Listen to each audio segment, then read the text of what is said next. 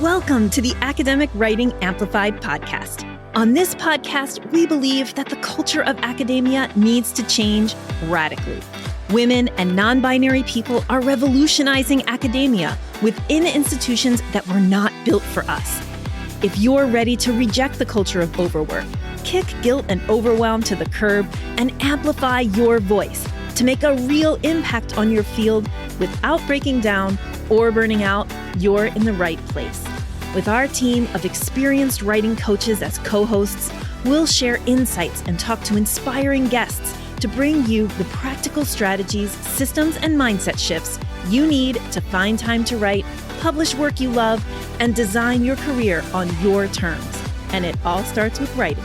Let's go. Hello, and welcome to the summer season of Academic Writing Amplified.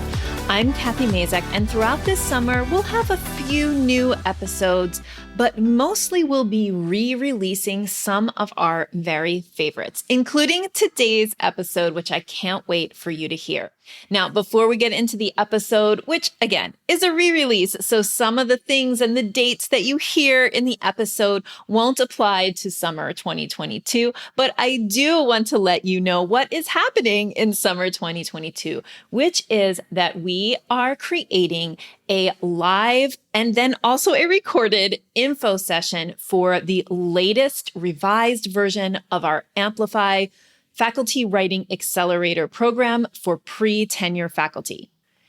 If you are in an early career faculty position, and in the US and Canada, we would say it's a pre-tenure position, and you are interested in a program that's going to help you really use your writing to design your career, and it's going to teach you a proven method for creating an early career experience that will get you tenure on your terms, then you're going to want to find out about our Amplify program.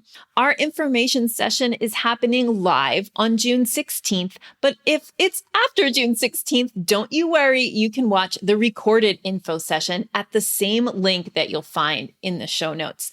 So I hope that I can see you live on June 16th at 11 o'clock a.m. for our Amplify info session. Our Amplify program starts in September and runs through July. We've made what we think are some amazing changes to the program that are going to make it even more effective for everyone who enrolls. And we do have limited enrollment, and enrollment closes on July 31st. So if you're listening before June 16th, go ahead and click the link in the show notes in order to register for our live info session. If you're listening after June 16th, 2022, you can follow that same link to see a recording of the info session. I hope you enjoy this episode. Hello, and welcome to the podcast today. I'm so glad that you're here. Today, we are talking about what pre-tenure should feel like. So first, I want to give a shout out to all of my international listeners who might not use the word tenure. I want to let you know that really this early career period where you are in this process of proving yourself and going up for review and then eventually getting the stamp of approval at some point around year 5 or 6 of your career, well, it's really a very similar struggle all around the world for academics when we're talking about that equivalent of a tenure track line, right? A full-time, quote unquote, permanent line.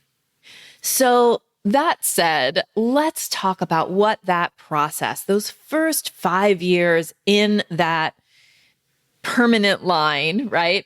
What it should feel like. Now, we'd be remiss if we didn't talk about what it does feel like. So let me know if this resonates with you. What pre-tenure feels like for a lot of people is scary, right? Because if you don't do enough, fast enough, the consequence of going up for tenure and not getting it is that you lose your job. It is so amazingly scary and high stakes because, as we know, academic jobs are really hard to come by, right? Like those tenure track lines or the equivalent of tenure track lines are difficult to find and land because the market is so saturated and the fast capitalist university is moving more and more towards using adjunct faculty and precarious positions instead of tenure track or permanent lines. So it's very scary to think about the process of not getting tenure. And what that means is that a lot of our actions pre-tenure are understandably motivated by fear. It feels scary to think that you might not go fast enough and do enough in order to go up for tenure and win it easily. Pre-tenure, in a very related way, feels insecure. It feels like you're walking on uneven ground because, or maybe a tightrope, maybe that's a better kind of analogy. It feels like you're walking a tightrope because you're afraid to say no or talk frankly about your needs and your wants, and even sometimes to talk frankly about your research area, right? And what you really are trying to do with your scholarship. And the reason that feels like, you're walking on eggshells, there's another analogy, right? That insecurity of walking on eggshells and not knowing what's going to happen if you say something and kind of piss somebody off, because it feels like, and it doesn't just feel like it, but it's true to an extent, that the people who will review your tenure file have your future in their hands, right? As we said, it's high stakes, it's scary, you could lose your job. And so it's understandable that you would feel afraid or insecure about really speaking out, about saying no, about any of those things that you probably need to do in order to have boundaries and be like productive and happy pre-tenure. Pre-tenure also feels exhausting because of all the things that I just mentioned, but also because it feels like you can never catch up. So I remember back when I got my tenure track job, I was so excited because it was like the ideal job. It was the job that I had dreamed about getting. It was at my target institution. It was where, my partner and I wanted to be, and teaching the population of students and in an environment that I really, really loved. But it's like so many things get thrown at you at once, right? I was teaching a 4-4 load. I had a course release to do some educational technology related stuff, which it turned out to be not very educational and more just technology. But I had, a bunch of new preps. I had to learn what this population of students was like to teach. I had to navigate my departmental politics. I had to navigate my College of Arts and Sciences politics. I was trying to, in my situation, I was going to faculty meetings at the college level in Spanish, which was like a whole new world since my Spanish was very colloquial when I started at University of Puerto Rico. And so it was like stepping into the Real Academia and listening to people talk. And I'm like, what is going on here? I was so scared to say anything. So I'm trying to be able to read between the lines and understand people's intentions and not only their words.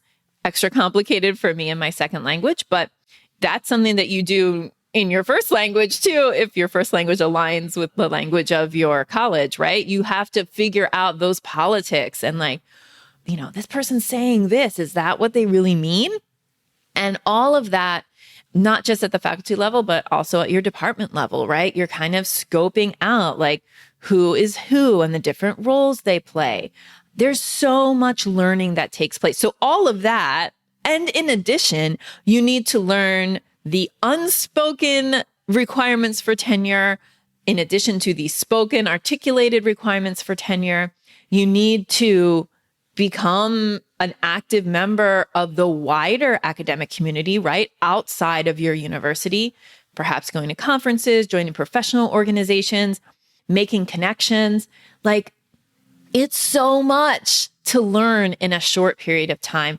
And even though some universities do have faculty orientations, most of the time a faculty orientation, what they're teaching you is, the list of tenure requirements, or here's where things are and who does what at our university. Not really how to be successful pre-tenure, right? How to manage all the ways that you feel like you're pulled in 1,000 directions. How to manage that exhaustion that you feel because you feel like you can never catch up, right? You've got your own work that you want to advance. You've got all this navigating the institution that you've got to figure out. You've got making your mark in your field. You've got your personal life, which maybe now has been uprooted and moved to a new place since so many academics move in order to take a position. So really, it's completely exhausting. All right, now I want to talk about what pre-tenure should feel like. Okay, so let's step into the realm of the ideal. If we could create the feelings that we have pre-tenure, what feelings would we ideally have? And again, this might be different for you. I'm going to offer you some ideas here about what pre-tenure should feel like. So pre-tenure should feel fulfilling. Right? I mean, really what you're doing is you're going through a developmental process of figuring out who you want to be as a scholar and the impact that you want to make on the world with your scholarship. So whereas pre-tenure might feel like you're always trying to catch up, what we want it to feel like, or what it should feel like, is this kind of heightened awareness that you are in a moment of your career that's about 5 years long, where you are in this very reflective and hopefully fulfilling process of figuring out your scholarship. It might be a time where you take what you worked on in your dissertation and you kind of figure out what the next big step is. It might be a time where you break with what you did before. It might be a time where you try a couple of new things and then end up landing over the course of several years on what that impact you want to make with your scholarship is going to be. Because this is a process, right? It's a process of discovery. It's a process of development, and it's a understandable part of the development of a lengthy career. So pre-tenure should feel fulfilling. Okay. Pre-tenure should also feel exciting. And notice that exciting is a positive word. It's it feels maybe stressful and scary, and things that are stressful and scary can also be exciting. But I really want to lean into the exciting part of what pre-tenure should feel like. So it's exciting because you're setting the foundation of that scholarship that you want to create through potentially early career grants, strategic publications, and really creating that academic community around yourself, right? Connecting with other scholars in your field, meeting new people. All of that is really exciting, and it should be exciting, right? Instead of feeling scary, I would just love for everyone to feel excited pre-tenure, excited about what they are going to create. Academia is a long haul career. Of course, there are people who leave it and go off and do different things and don't stay for 30 years inside of academia, but many people do as well. And so what you're really doing in those first 5 years is you're setting up the blocks of the foundation for what will be your path. And that's really exciting because it's this really intense process of creation. All right. Now, the other thing that pre-tenure definitely should be and how it should feel is strategic. Okay. So I don't know how you feel about strategy, but I love to think about being strategic and making choices that are going to lead to the payoffs that I really want. So pre-tenure should absolutely be strategic. During this process of the first 5 years or so of your career, what you're doing is strategically working to align your teaching, your research, and your service around your academic mission, right? Align it around this foundation that you're trying to create for your career. And you're going to make strategic choices during that time. And I think it feels like really badass to be strategic, to say like, okay, I'm going to submit to this journal's call for a special issue. And then I'm going to get to meet all the other authors who have contributed to that special issue and work with them and have my work sit alongside of them. And so I'm creating really strategically this community that's in conversation around my field, stuff like that. Like really making strategic choices about what conferences to go to, who to talk to while you're there. And I don't mean manipulative kind of strategy. I mean like, hey, who do I need to be in the room with? And then figuring out how to make that happen. And then the last part that I want to talk about today, and this is maybe the hardest to believe, but I really believe that pre-tenure should and can feel spacious and easeful. Okay? It is not easy. The things that you are doing, even just like the scholarly problems that you are solving, are not easily solvable problems, right? It's taking all of your effort and your brain power and your incredible mind in order to solve your scholarly problems, right? So it's not easy, but it could be a process where there is ease, where there is space. It does not have to be that you feel like you are running on a treadmill, set 2 clicks too fast. So you got to like run and run and run to keep up. It should not be that you are working nights and weekends unless you choose, like some people really enjoy getting to some of their writing on a weekend, but it shouldn't be that you are obligated to work 60-hour weeks just to feel like you are barely treading water. It should feel spacious. It should feel easeful. There should be room to think because your whole job is so much about thinking, right?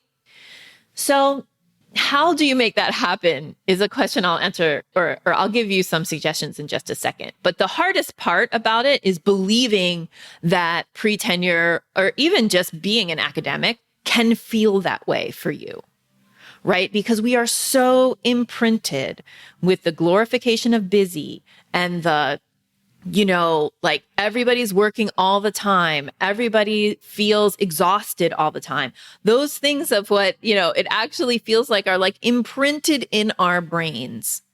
And so creating an experience that's different from that feels like, you gotta be kidding me, But what it is actually is revolutionary.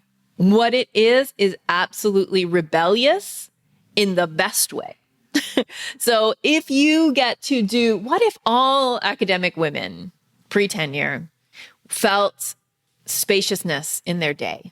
Like how would knowledge making change if instead of getting knowledge making from people who are stressed to their limit, the world got knowledge making from people who felt like they were standing in their power, for people who felt like they had time to have thoughts, right? Like, how would the world be different? How would academia be different if knowledge production wasn't steeped in overwork and instead was, again, what I think it should be, which is a process of creation that is fulfilling, that is exciting, that is strategic, and that is spacious, right? It's really powerful to stand in a position where you feel like you are the designer of your career, where you are, very purposefully and with intention setting the foundation for what you will create with your amazing brain. So I will be very revolutionary and say you can feel spacious, confident, and aligned pre-tenure. Now, I'm sure there are many ways to go about cultivating these pre-tenure, what pre-tenure should feel like that we've been talking about today. But I want to talk to you about one of them, and that is our Amplify program. So As you know, if you're a listener of this podcast, this is what I think about all the time. I think about how can we make the experience of academia better for women? How can we make it feel like we want it to feel? And let me remind you that, in our Amplify program, that's what we work on. We work on how to make that pre-tenure experience fulfilling, exciting, strategic, and spacious. We make it feel, we want it to feel for you a certain way because we know that that feeling is going to be better for you. It's going to be creating something that isn't going to burn you out. And that is good, for the universe, in my opinion. So if you're listening to this podcast the week that it drops, we are in enrollment for our Amplify program. Amplify is running just once this year in September, and it's a 6-month program that runs September through February. Amplify is for pre-tenure or early career women who want to go up for tenure or promotion with confidence. We work on your writing practice, we work on your big idea mission, and we work on building the foundation of your career through this very intimate group coaching program. We would love to give you all the information about it. And so here's what we're doing right now. We are accepting applications to one of our 36 spots. We're running 3 cohorts of 12 for 36 spots. Spots are already filling because we've been filling since the end of June. So what we would love for you to do is apply to the program. So the link to the application is going to be in the description of this podcast, or you can go to kathymazak.com/amplify for more information. I would love to have you apply. And here's the process.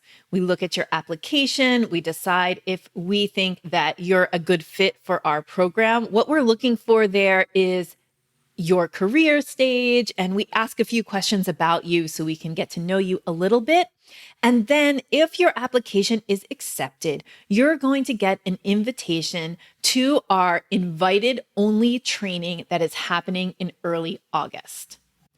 In this invitation-only training, we focus on your pipeline. You're not going to want to miss this training. So if you want to get in on the training, get a sample of what Amplify is like, we encourage you to apply. You must apply and be accepted in order to attend the training. All right, we'll see you there. Thank you so much for spending your valuable time supporting yourself and your writing by listening to this episode. If you like what you heard today, the best way to say thank you is to hop on over to Apple iTunes and write an honest review. The more reviews, the more amazing academic women and non-binary people will find this podcast. So go write one now.